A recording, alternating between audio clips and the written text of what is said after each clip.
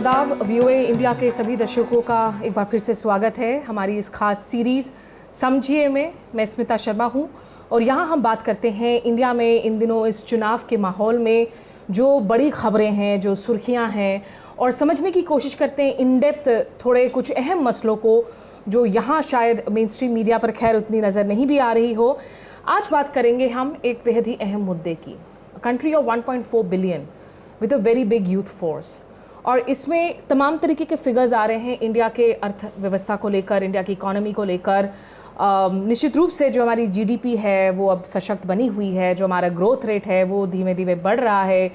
2024 की भी प्रेडिक्शन 6% के ऊपर की है, तो कंपैरेटिवली पूरे दुनिया भर में जो है इसकी ग्रोथ रेट हमारी अच्छी रही है।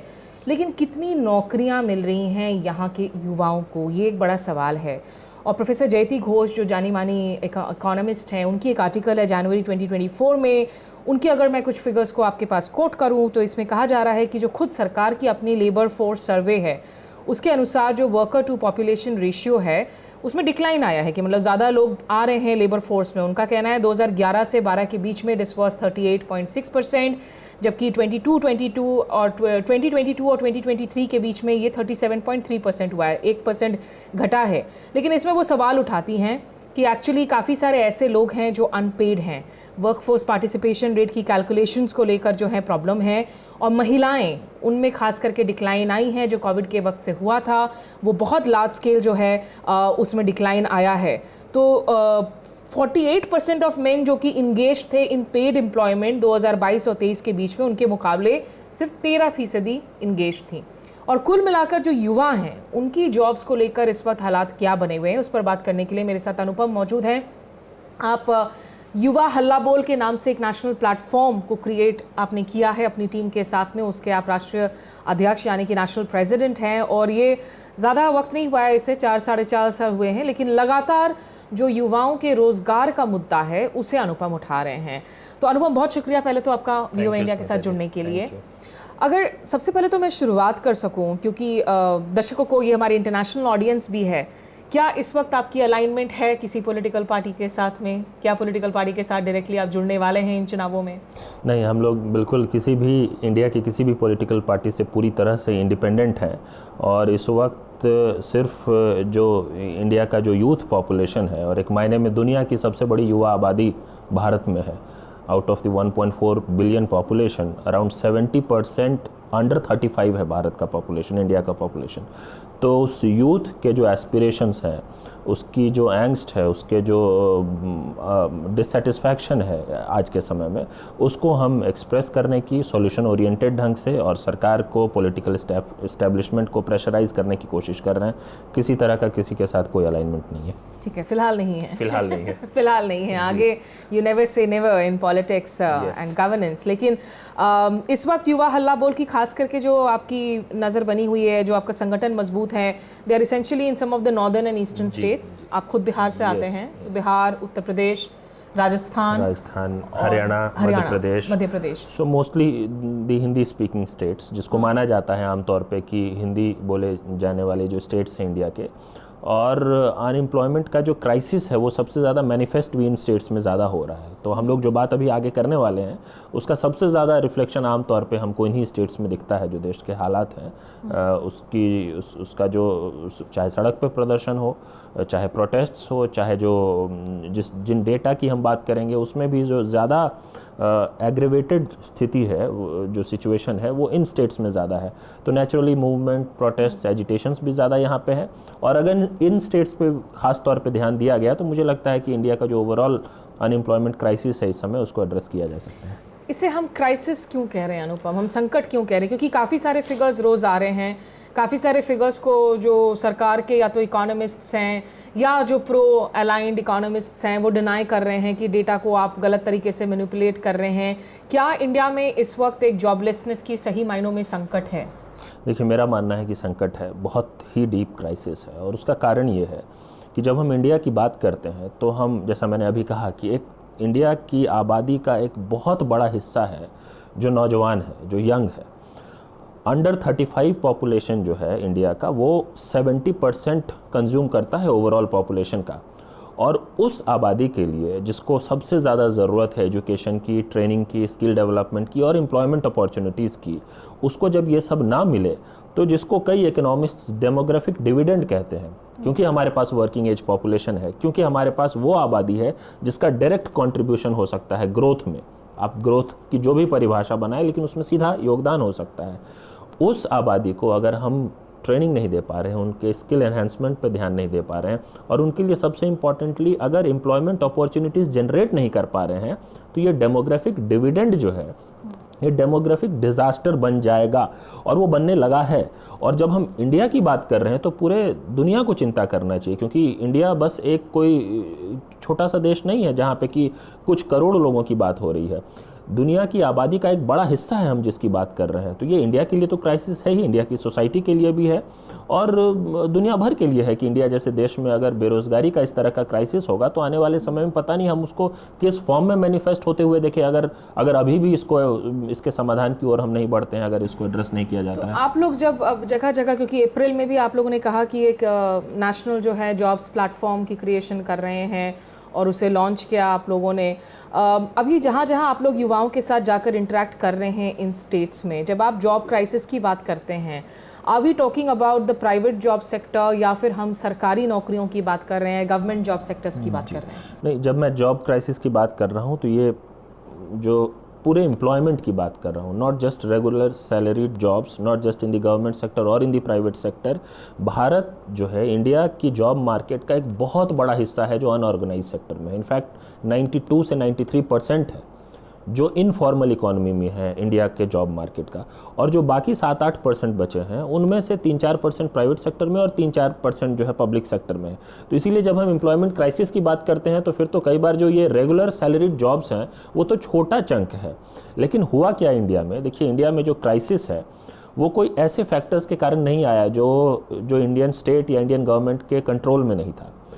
कई डिसीजंस ऐसे लिए गए, कई पॉलिसी इंड्यूस्ड, ये मामला जो है इसको मैं कई बार पॉलिसी इंड्यूस्ड कहता हूँ, डिमोनेटाइजेशन जैसा डिसीजन फॉर एग्जांपल, जिसका इम्पैक्ट ये पहले तो पूरे अनऑर्गेनाइज सेक्टर पे पड़ा और उसके बाद उसका नेचुरली एक रिपल इफेक्ट बाकी ऑर्गेनाइज सेक्टर पे भी पड़ेगा। ऐसे ही कई और फैसले लिए गए, जिस तरह से जीएसटी का रोल आउट हुआ देश में, जिस तरह से कोविड के समय में जिस तरह का लॉकडाउन लगाया गया उस समय भी हुआ। और ये जो क्राइसिस है इसका देखिए सरकार का अपना डेटा है, गवर्नमेंट ऑफ इंडिया का, एनएसएसओ का, नेशनल सैंपल सर्वे ऑर्गेनाइजेशन का, जिसने दिसंबर 2018 में ये बताया था कि इंडिया में जो अनएम्प्लॉयमेंट रेट है वो 45 ईयर रिकॉर्ड को तोड़ चुका है। उस गवर्नमेंट में, जो गवर्नमेंट 2014 में जब पावर में आई थी, तो वो उसका सबसे पहली और सबसे बड़ी गारंटी, आज गारंटी शब्द की बहुत चर्चा होती है, हमारे देश के जो प्रधानमंत्री खूब गारंटी देते हैं, तो सबसे एक्चुअली वो जो रेफर कर रहे हैं अनुपम, वो मोदी जी का स्लोगन है इस बार कि मोदी की गारंटी। तो जितने भी एड कैंपेन बन रहे हैं उसमें बीजेपी की तरफ से कहा जा रहा है कि जो गारंटी देते हैं उसे पूरा करते हैं, हालांकि वो ऑफ कोर्स अलग अलग पार्टियों और लोगों के हिसाब से डिबेटेबल है। जी जी। तो वो जो सबसे पहली बड़ी गारंटी थी वो थी कि वो हर साल करोड़ों जॉब्स जनरेट करेंगे। इनफैक्ट किसी रैली में कहा गया था कि 2 करोड़ करेंगे और मैनिफेस्टो में रिटन प्रॉमिस था कि 1 करोड़ करेंगे, लेकिन जो भी था 1-2 करोड़ को भी कभी डिनाई नहीं किया जो रूलिंग पार्टी है उसने। तो 2 करोड़ जॉब्स हर साल जनरेट करने का प्रॉमिस था। 10 साल हो चुके हैं। उस प्रॉमिस को अगर सही में अमली जामा पहनाया जाता तो आज 10 साल में 20 करोड़ जॉब्स इंडिया में जनरेट हो चुके होते। लेकिन सच्चाई बिल्कुल ठीक उसके उलट है, करोड़ों जॉब्स नष्ट हुए हैं हमारे देश में। तो एक तो ओवरऑल एम्प्लॉयमेंट अपॉर्चुनिटीज़ खत्म हुए हैं, और दूसरा जो बाकी के जो सेक्टर्स हैं, जैसे पब्लिक सेक्टर, गवर्नमेंट सेक्टर की बात हो रही थी, अब वो सबसे आसान है एक मायने में वहाँ पे नौकरी दे देना सरकार के लिए।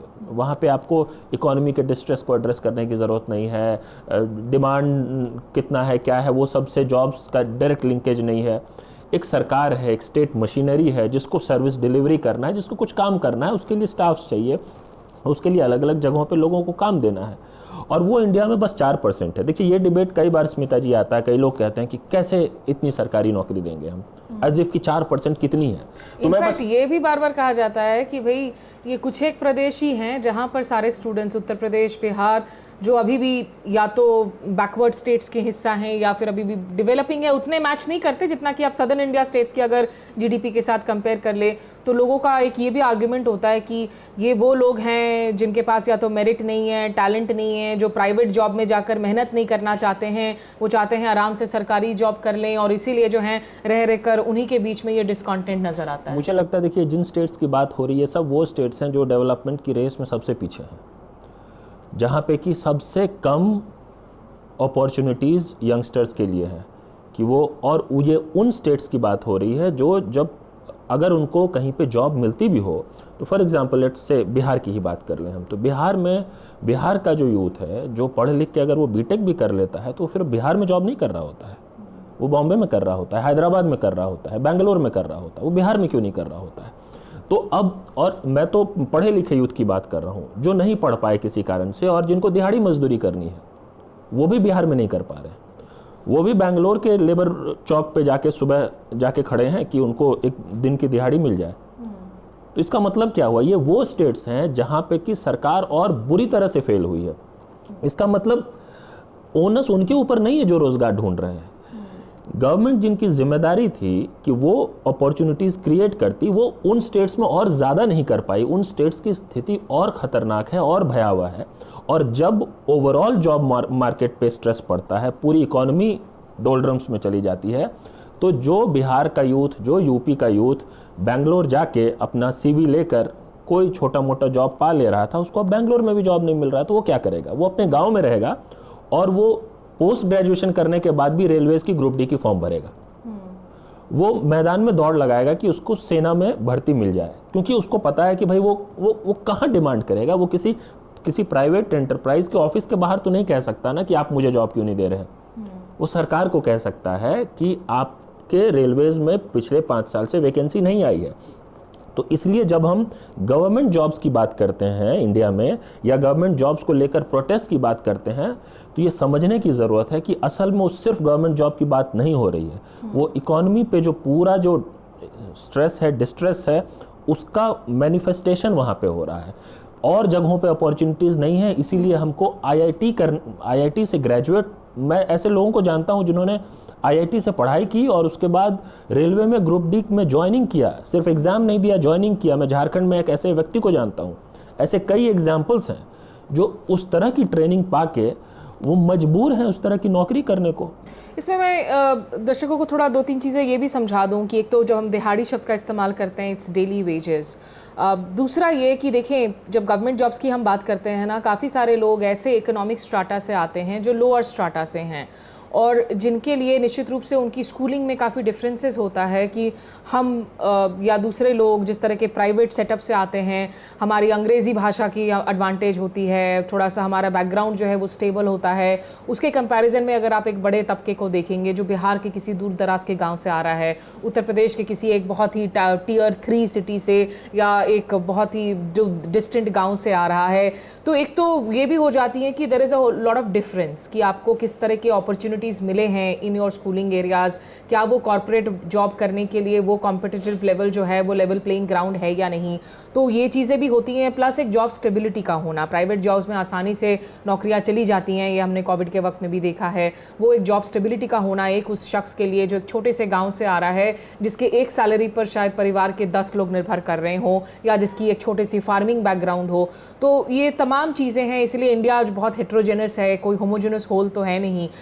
लेकिन अनुपम, ये जो मुद्दों की आप बात कर रहे हैं, आप कह रहे हैं लोगों में रोष है, और हम रह कर देखते भी हैं, प्रोटेस्ट हो रहे होते हैं। काफ़ी बार ये जो गवर्नमेंट जॉब्स हैं उनकी पेपर्स लीक हो जाती हैं, वो अपने आप में एक बहुत बड़ा प्रॉब्लम है। ये गुस्सा क्या एक चुनावी मुद्दा बन रहा है?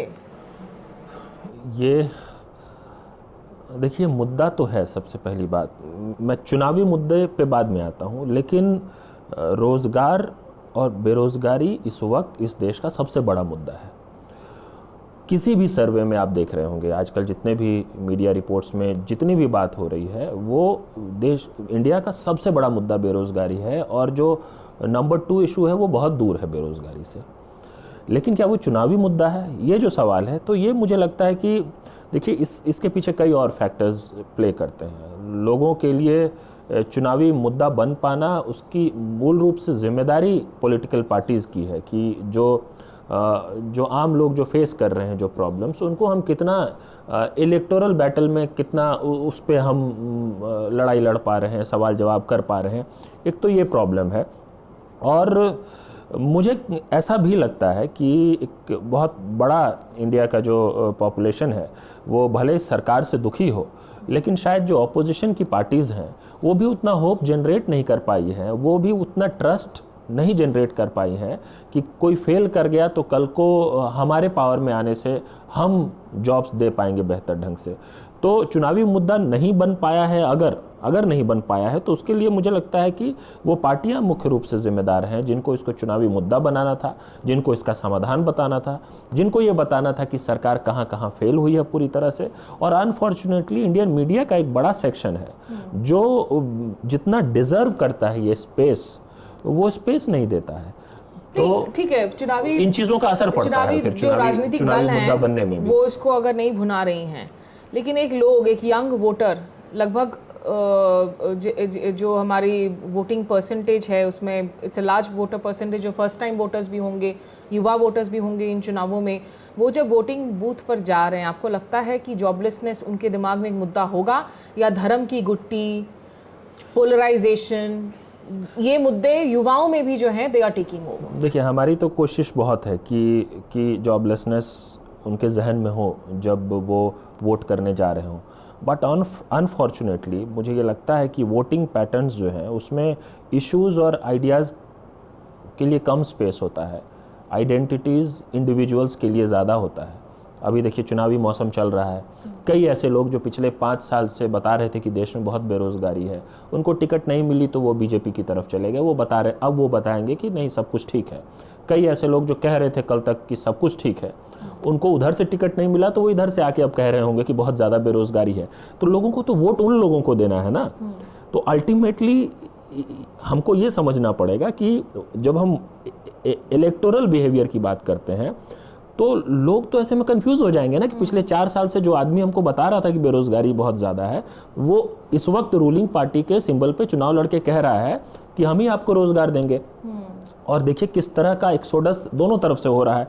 2 मेजर अलायंसेस हैं इंडिया में। तो खैर इधर से है, टिल्ट है। ऐसा नहीं है कि बीजेपी से कांग्रेस नहीं आ रहे हैं या ऑपोजिशन दलों के पास नहीं आ रहे, लेकिन हाँ एक काफी ज्यादा आंकड़ा है जो कांग्रेस के लोग दोनों तरफ से हो रहा है। तो मतलब उसमें कोर पॉइंट ये है कि ये सही बात है कि लोग वोट देते समय इश्यूज और आइडियाज को साइड कर देते हैं, और आइडेंटिटीज़ जिसको आपने धर्म कहा, तो वो धर्म ही नहीं, इंडिया में कास्ट आइडेंटिटीज़ भी बहुत इंपॉर्टेंट है, स्पेशली यूपी बिहार जैसे स्टेट्स में। In fact not just in UP Bihar, हम लोग कई बार इस भ्रम में भी रहते हैं कि सिर्फ यूपी बिहार में जाति को लेकर, कास्ट को लेकर वोटिंग पैटर्न्स गाइड होता है। इंडिया के ज़्यादातर स्टेट्स में, फॉर एग्जांपल पंजाब जैसा स्टेट, पंजाब में भी चुनाव के समय कास्ट इज़ अ फैक्टर। तो रिलीजन, कास्ट और इस तरह की जितनी भी आइडेंटिटीज़ हैं वो ओवर पार कर जाती हैं वोटिंग पैटर्न्स में, वोटिंग बिहेवियर्स में, और इंडिविजुअल्स ओवर पार कर जाते हैं। लोग जिनसे कनेक्टेड महसूस कर रहे होते हैं, जिन लीडर्स से, जो लोकल लीडर्स से, वो लोकल लीडर कल तक उधर था आज इधर है, तो लोग तो उनके साथ है, वो किधर भी चले जाएं। अब इसमें क्या किया जा सकता है? इसमें एट बेस्ट ये कोशिश की जा सकती है कि आप इलेक्टोरेट को लगातार एजुकेट करने की कोशिश करें, तैयार करने की कोशिश करें कि अगर आप शिक्षा, रोज़गार, एजुकेशन, एम्प्लॉयमेंट, एनवायरनमेंट, ऐसे जो फ्यूचरिस्टिक इश्यूज़ हैं, इंपॉर्टेंट इश्यूज़ हैं, उन पे सवाल जवाब करेंगे, उन पर वोट करेंगे तो फिर आपका फ्यूचर बेहतर होगा। उन पर नहीं करके सिर्फ आइडेंटिटी पे करेंगे तो एक बार वोट करेंगे फिर 5 साल परेशान रहेंगे। तो ये तो एक निरंतर चलने वाला बैटल है जो इंडिया की पॉलिटिक्स में चलता है। अनुपम ने जिन पॉलिटिशियंस का जिक्र किया कि वो पलटी मार नेता हो चुके हैं, आया राम गया राम कहते हैं हम हिंदी में। आज ही एक बड़ा इंटरेस्टिंग सा कार्टून देख रही थी मैं, जिसमें एक नेताजी आए हैं कैंपेनिंग करने के लिए एक गरीब बस्ती में, और गरीब जो शख्स है वो हाथ जोड़कर कह रहा है कि अरे बड़े बहुत लंबे वक्त बाद दिख रहे हो, इन दिनों किस पार्टी के साथ हो। तो वो बहुत टेलिंग सी जो है वो कमेंट्री है। तो एक आखिरी एस्पेक्ट जिस पर आपसे मैं बात जानना चाहूँगी, हम जब राजनीतिक दलों की बात कर रहे हैं, कांग्रेस जो इंडिया की ग्रैंड ओल्ड पार्टी है, उन्होंने अपना मैनिफेस्टो जारी किया है। राहुल गांधी ने भारत जोड़ो यात्रा किया, भारत न्याय यात्रा किया, अब न्याय पत्र के नाम से जस्टिस के लिए जो है उन्होंने किया, उसमें जॉब्स को लेकर काफ़ी सारे मुद्दे इंक्लूड किए हैं। कहा है कि हम कास्ट सेंसस करेंगे, क्योंकि इंडिया में हर 10 साल में कास्ट सेंसस होना था। 2021 से अभी तक वो इंडिफिनिटली पेंडिंग है, तो हमें नहीं पता कि इस वक्त टोटल जो स्टैटिस्टिक्स ग्राफिक्स हैं एक्चुअली देश के वो एग्जैक्टली क्या हैं। दूसरा उन्होंने कहा है कि जो कैप है ऑन रिजर्वेशंस SC ST के लिए वो 50% के ऊपर लाएंगे उसको, उससे बैकफायर भी हो सकता है जनरल कैटेगरी के बीच में। क्या कोई प्रॉमिसिंग बात नज़र आ रही है, अलग बात नज़र आ रही है? और दूसरे पार्टियों के मैनिफेस्टो की मैनिफेस्टोज लीगली बाइंडिंग नहीं है, आप लिख तो कुछ दे रहे हैं। आप बीजेपी भी ने भी कह दिया 2 करोड़ जॉब हर साल, लेकिन 1 करोड़ दे देंगे, हुआ नहीं। तो कितना महत्व रह जाता है इन मैनिफेस्टोज का भी?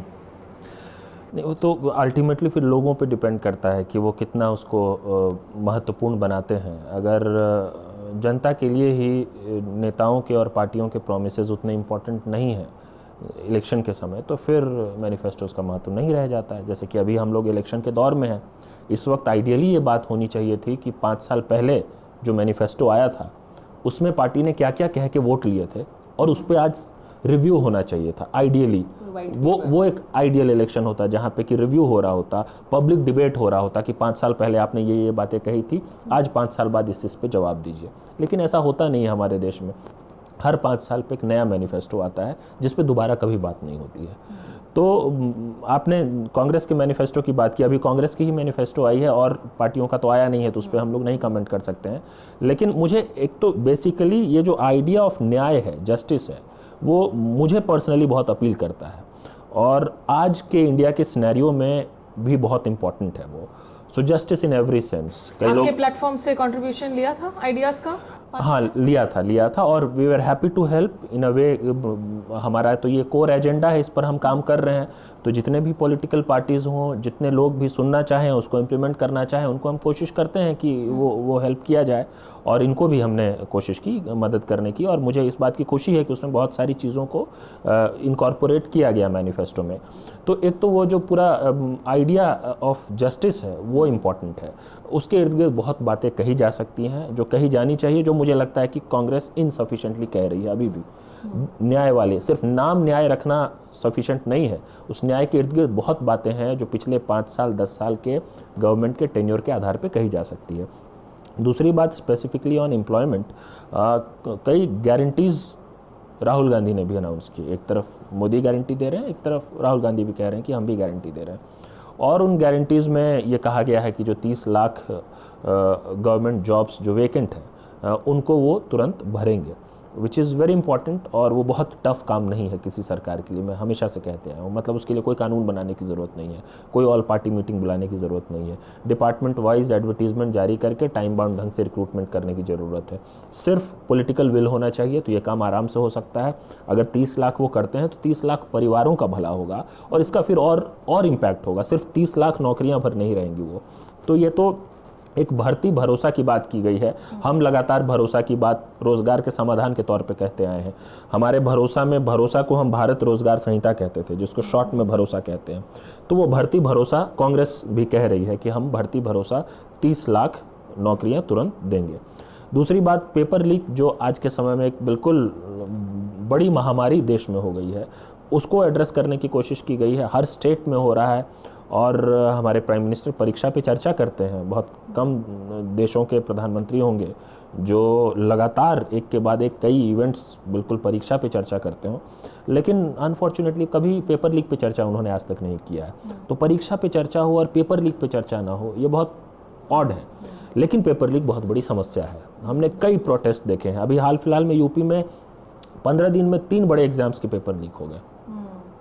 और उसका जो असर होता है, आप समझिए कि वो जिस बैकग्राउंड से आ रहे हैं, जो लोग उस सरकारी नौकरी की तैयारी कर रहे हैं, उनके किसान परिवार से हैं, मजदूर परिवार से हैं, कोई ज़मीन बेचकर, खेत बेचकर अपने बच्चे को इलाहाबाद, दिल्ली, पटना भेजता है पढ़ाने के लिए। वो 2 साल, 3 साल, 4 साल मेहनत करता है और 4 साल बाद जब वो परीक्षा आती है तो उसका पेपर लीक हो जाता है। उस समझिए कितना, और वो सोचिए कि वो सिर्फ पेपर लीक भर तक की बात नहीं है, सिस्टम के प्रति कितना मिसट्रस्ट जनरेट होता होगा उस नौजवान के अंदर। तो ये एक बहुत सीरियस प्रॉब्लम है जिसको एड्रेस करने की बात की गई है। एक राइट टू अप्रेंटिसशिप की बात भी इस मैनिफेस्टो में कही गई है गारंटी के तौर पे।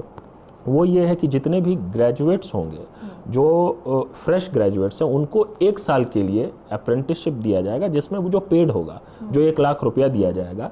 तो एक मायने में मैं इसको एक हैंड होल्डिंग जैसा मानता हूँ। कई बार कई लोग जो फ्रेश ग्रेजुएट्स होते हैं उनको वो क्लूलेस होते हैं कि अब करना क्या है जब उनके पास जॉब नहीं है। तो मतलब कईयों को CV बनाना नहीं आता होता है अपना, और उस समय जब ये एक so right is the important word, ये अधिकार मिल रहा है उनको कि अगर आप ग्रेजुएट हो गए हैं, आप 25 साल से कम हैं, तो आपको 1 लाख रुपए, तो क्योंकि 1 लाख रुपए साल के मिल रहे हैं तो एक मायने में कि छोटी नौकरी जैसा ही है, लेकिन उसमें वो स्किल एनहांसमेंट भी होगा क्योंकि अप्रेंटिसशिप है, और वो 1 साल बाद बेहतर स्थिति में होंगे और जॉब एक्सप्लोर कर पाने की स्थिति में। और आप जब डेटा चेक करते हैं NSSO का या CMI का, तो आपको दिखाई देगा कि सबसे ज़्यादा बेरोजगारी उसी सेक्शन में है जिसकी बात हो रही है राइट टू अप्रेंटिसशिप में। एजुकेटेड 20 से 25 साल 30 साल के जो यूथ हैं, जो ग्रेजुएट हैं, वहाँ पे सबसे ज़्यादा बेरोजगारी है। जो जितना पढ़ लिख ले रहा है वो उतना ज़्यादा बेरोजगार है, क्योंकि उसका एस्पिरेशन थोड़ा ऊपर चला जा रहा है। वो डेली वेजर नहीं बनेगा ग्रेजुएट होकर, पोस्ट ग्रेजुएट होकर, कोशिश करेगा एटलीस्ट कि ना बने। वो तो व्हाइट कॉलर जॉब ढूंढेगा हाँ, ना, तो फिर और उसको वो मिल नहीं रहा, तो फिर वो अनएम्प्लॉयड है। तो उस सेक्शन को एड्रेस करने की कोशिश हुई है जहाँ पे कि एम्प्लॉयमेंट सबसे ज़्यादा है। तो मुझे लगता है ये भी एक स्मार्ट गारंटी है, स्मार्ट अनाउंसमेंट है अगर ये किया जाए तो। इस तरह की कई गारंटीज हैं जो कही गई तो स्मार्ट है, लेकिन लोगों को कितना अपील करती हैं। एक आखिरी सवाल, क्योंकि कुछ रिपोर्ट्स ये भी आ रहे थे कि किस तरह से जो इंडिया की जो प्रेस्टिजियस संस्थान हैं, Indian institute of technology, IITs, Indian institute of management, जहाँ से हमारे फाइनेस्ट माइंड्स निकलते हैं जो दुनिया भर में जाके भारत का परचम लहराते हैं, IIT में भी इस दफ़ा जो है 30% शॉर्ट प्लेसमेंट्स हुए हैं कैंपस। इनफैक्ट उनको रिक्रूटमेंट ड्राइव को बढ़ाना पड़ रहा है। कुछ लोग हैं जो इसको कह रहे हैं कि भाई ये बहुत ज़्यादा स्टेटिस्टिकली डिफरेंट नहीं है फ्रॉम पास्ट ईयर्स, लेकिन एक स्लो डाउन तो हुआ है खास करके IT सेक्टर में। आज ही कुछ लोगों के कमेंट्स देख रही थी कि जब तक आप मैन्युफैक्चरिंग सेक्टर को आप नहीं करते हैं, प्लस आप उसको AI के साथ कंबाइन करते हैं, टेक्नोलॉजी का जब हाथ होता है, तो इससे जॉब्स और जाएंगी, खास करके इन सेक्टर्स में ये स्लो डाउन हो जाएंगे जो अभी तक भारत के स्ट्रेंथ वाले सेक्टर्स थे। तो ऐसे में इस वक्त आप मोदी जी से क्या अपील करना चाहेंगे अनुपम? क्योंकि जो अभी के हालात है उसमें तो लग रहा है कि सरकार उनकी लौटेगी कंफर्टेबली। अब there is many a slip between the cup and the lip, लेकिन अगर उनकी सरकार लौटती है, आपने कहा कि 30 लाख गवर्नमेंट जॉब्स करने में दिक्कत नहीं है, तो सरकार क्यों नहीं कर रही है? क्या अपील रहेगा आपका to the next prime minister of this country? तो मुझे लगता है कि ये क्योंकि क्लियरली ये प्रायोरिटी नहीं है इसलिए वो नहीं किया जा रहा, वरना कोई भारी काम नहीं है मोदी जी के लिए। मोदी जी को सबसे ताकतवर प्रधानमंत्रियों में गिना जाता है, और वो सैंक्शनड पोस्ट्स हैं जो वेकेंट है, ये नई नौकरियां नहीं है, ये सैंक्शनड स्ट्रेंथ है। ये सिस्टम को रन करने के लिए ज़रूरत है, उसको नहीं भरा जाता तो वो तो बहुत अनफॉर्चुनेट है। और अपील के तौर पे, क्योंकि हम लोग बिल्कुल इलेक्शन के बीच में है, तो मुझे लगता है अपील तो पिछले 5 साल से 10 साल से हमने खूब किया है मोदी जी से। हमारे ऑडियंस को नहीं पता, तो आप क्या अपील करना चाहेंगे? हाँ, हमने खूब किया है। अभी फ़िलहाल तो हमारी यही अपील होगी कि पिछले जो उनके प्रोमिसेस थे और उनकी सबसे पहली और सबसे बड़ी गारंटी जो थी वो था 2 करोड़ रोज़गार हर साल देना। हर किसी को याद है। मुझे लगता है अगर प्रधानमंत्री जी सामने आके ये कहते हैं कि मैंने ये वादा किया था, लेकिन इन कारणों से उस वादे में कमी रहे, एटलीस्ट एक्नॉलेजमेंट हो कि there is some problem, if not a crisis at least. ये माने कि हमारे देश की डेमोग्राफी जिस तरह की है, उसमें जिस तरह के जॉब्स क्रिएट करने चाहिए और जितने करने चाहिए थे उतने नहीं हो पाए हैं, लेकिन वो करेंगे। तो विश्वास तब बढ़ता है जब वर्तमान स्थिति जो है, जो प्रेजेंट सिनेरियो है, उसको एक्नॉलेज करें। प्रॉब्लम तब होती है जब क्राइसिस का या प्रॉब्लम का इशू का एक्नॉलेजमेंट ही नहीं होता, फिर लगता है कि कोई रिजॉल्व क्यों करे जब माना ही नहीं जा रहा है कि प्रॉब्लम है तो। लेकिन प्रॉब्लम तो इस हद तक है। आपने शुरुआत लेबर फोर्स के श्रिंकेज से किया था, सिर्फ लेबर फोर्स श्रिंक नहीं हो रहा। आप देखिए NCRB का डेटा, जो फिर से सरकार का अपना नेशनल क्राइम रिकॉर्ड्स ब्यूरो का डेटा है, वो ये बताता है कि हर 2 घंटे में 3 लोग बेरोजगारी के कारण आत्महत्या कर रहे हैं। 3 साल में 2019 से लेकर 2021 तक में 35,000 स्टूडेंट्स यूथ ने सुसाइड किया है। तो दुनिया के सबसे बड़े युवा देश के युवा इतने हताश, इतने निराश हो रहे हैं कि वो आत्महत्या कर रहे हैं। क्राइसिस इतना डीप है, इसको हम कितना भी टोन डाउन करने की कोशिश करें, इतना तो बोलना ही पड़ेगा। और जब प्रधानमंत्री इस बात को खुद से अगर कहेंगे कि नहीं है कुछ प्रॉब्लम, और वो कह सकते हैं कि प्रॉब्लम किन कारणों से है, शायद देश की जनता बहुत भरोसा करती है उन पर, मान जाएगी उनकी बात कि ठीक है इस कारण से प्रॉब्लम है। और आगे आप उसको ठीक करेंगे तो कैसे ठीक करेंगे, इस पर बात करें, ना कि बाकी बातों पे कि किसी ने मैनिफेस्टो जारी किया तो मुस्लिम लीग का मैनिफेस्टो है, कभी आप अफ़गानिस्तान तालिबान की बात करने लग जाएं, कभी आप बिल्कुल पूरा डिबेट जो है हिजाब, बुर्का, ताजमहल है या तेजो महाले है, ये जो सेंसलेस डिबेट्स हैं धर्म के इर्द गिर्द, जाति के इर्द गिर्द, इससे मुक्ति दिला के अगर इस चुनाव के दौरान ही अगले 1.5 महीने प्रधानमंत्री रोजगार की बात लगातार करें और रोजगार पे यही बताएं कि इनसे पहले जो कांग्रेस की सरकार थी वो कितनी बेकार थी, कोई दिक्कत नहीं है, लेकिन let the public narrative, let the public discourse be on employment, be on futuristic issues. और ये इंश्योर कराने में सबसे ज़्यादा सक्षम अगर कोई आदमी है तो वो है प्रधानमंत्री नरेंद्र मोदी। अगर वो चाह लेंगे तो अगले 1.5 महीने सिर्फ इसी पे डिबेट होगा और इस डिबेट पे वो हरा दे बाकी लोगों को। तो जो मोदी की गारंटी है वो सबसे ज़्यादा आज नौकरियों के मसले पर उसकी ज़रूरत है और युवाओं का बहुत बड़ा रोल है, क्योंकि इलेक्शंस हो रहे हैं, हीट वेव काफ़ी ज़्यादा रहेगा, 40 डिग्री से ऊपर का टेम्परेचर रहेगा इलेक्शन वोटिंग के दौरान। अगले 2.5 महीने तक, 2.5 मंथ्स में 7 फेजेस में वोटिंग हो रही है। आप युवाओं को अपील करेंगे वोट सोच समझ कर डालें? बिल्कुल, वोट तो गोज़ विदाउट सेइंग कि 5 साल में एक बार ये मौका आता है और हमारे डेमोक्रेसी को जीवंत रखने के लिए बहुत इम्पॉर्टेंट है कि हम वोट करें, और सिर्फ वोट ही ना करें। अभी जो हमारी बात हो रही थी, वोट उन पैमानों पे करें, उन इश्यूज़ पे करें जो आपके जीवन को सही में इफ़ेक्ट करते हैं, इम्पैक्ट करते हैं, आपके फ्यूचर जिन मुद्दों पे आधारित हैं उन मुद्दों पर वोट करें। और जो कैंडिडेट्स आपसे वोट मांगने आ रहे हैं उनसे कुछ बेसिक क्वेश्चंस पूछे, क्वेश्चनर तैयार कर लें। जिस क्वेश्चनर के जवाब में जो भी कुछ जवाब देगा उसके जवाब से ये तय होगा कि आपका अगला 5 साल कैसा बीतने वाला है। उस आधार पे 2, 4, 5 सवाल अपने कैंडिडेट से पूछें। जिन कैंडिडेट्स के पास उसका बेहतर सवाल का जवाब होता है उन कैंडिडेट्स को वोट दें। और हमारा देश जो है, एक बात ज़रूर ध्यान रखें कि ये पार्लियामेंट्री फॉर्म ऑफ डेमोक्रेसी है। We are not a presidential system, India is not a presidential system. ये बहुत इंपॉर्टेंट बात है। लेकिन इन प्रैक्टिस इंडिया के इलेक्शंस को, जहाँ पे प्रेसिडेंशियल फॉर्म है दुनिया में, वहाँ से भी ज़्यादा प्रेसिडेंशियल बना दिया गया है। वहाँ पे भी कैंडिडेट्स के बीच डिबेट होती है, फॉर एग्जांपल यूएस में ही। तो अगर प्रेसिडेंशियल फॉर्मेट है तो वहाँ पे भी प्रेसिडेंट्स जो है खड़े होकर डिबेट कर रहे होते हैं इश्यूज़ पे। यहाँ तो आदमी ही मुद्दा है, मोदी ही मुद्दा है, प्रो मोदी लोगों के लिए भी, एंटी मोदी लोगों के लिए भी। तो मुद्दा है, मोदी मुद्दा नहीं है। इस बात को हम लोग समझे और इस बात को समझे कि हमको दिल्ली में बैठे नेताओं को देखकर वोट नहीं देना है। हमारी कॉन्स्टिट्यूएंसी में हमारे लिए जो काम करेगा वो कितना काबिल है उसको देखकर वोट देना है। अगर ये सब काम हम लोग करने लग जाएंगे, खुद ब खुद कई चीज़ें ठीक हो जाएंगी। चलिए, इसी नोट पर बहुत बहुत शुक्रिया आपका अनुपम, VOA इंडिया से बातचीत करने के लिए।